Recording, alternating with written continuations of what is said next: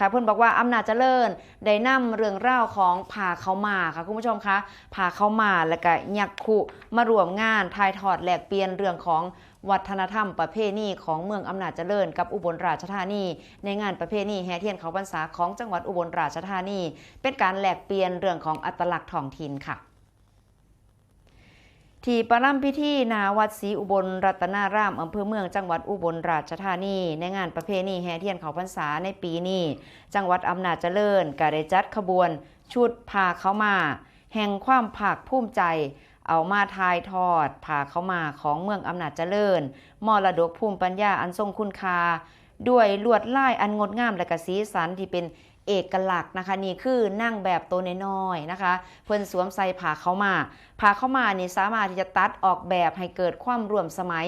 ใส่ในแบบที่ทันสมัยกระไดคือกันนะคะเป็นการสะท้อนวิถีชีวิตวัฒนธรรมและก็อัตลักษณ์ของคนในท้องถิ่นจนได้รับการยกย่องให้จังหวัดอำนาจเจริญเป็นเมืองหลวงของผ้าเข้ามาของประเทศไทยค่ะนี่ก็คือขบวนของ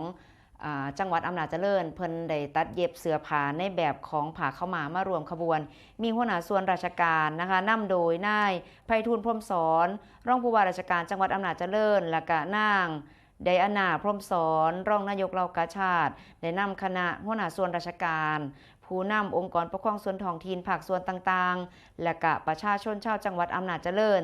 แต่งชุดที่มีลวดลายของผ้าเข้ามานี่ก็คือยักษ์ขุนะคะยักษ์ขุก็เป็นตำนานอยู่ที่อำเภอชานุมานเพิ่นบอกว่าอำนาจเจริญเมืองหลวงผ้าเข้ามามรดกแห่งศรัทธา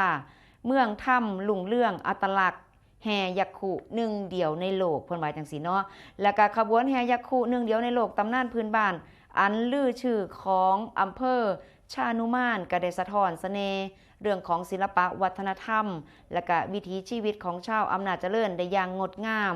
ตำนานยักษ์ขุยังได้รับการยกย่องให้เป็นมรดกทางภูมิปัญญาทางวัฒนธรรมด้านวรรณกรรมพื้นบ้านและก็ภาษาสะท้อนคุณค่าของเรื่องเล่านะคะที่อยู่คู่กับชุมชนมาอย่างยาวนานนั่นเองค่ะ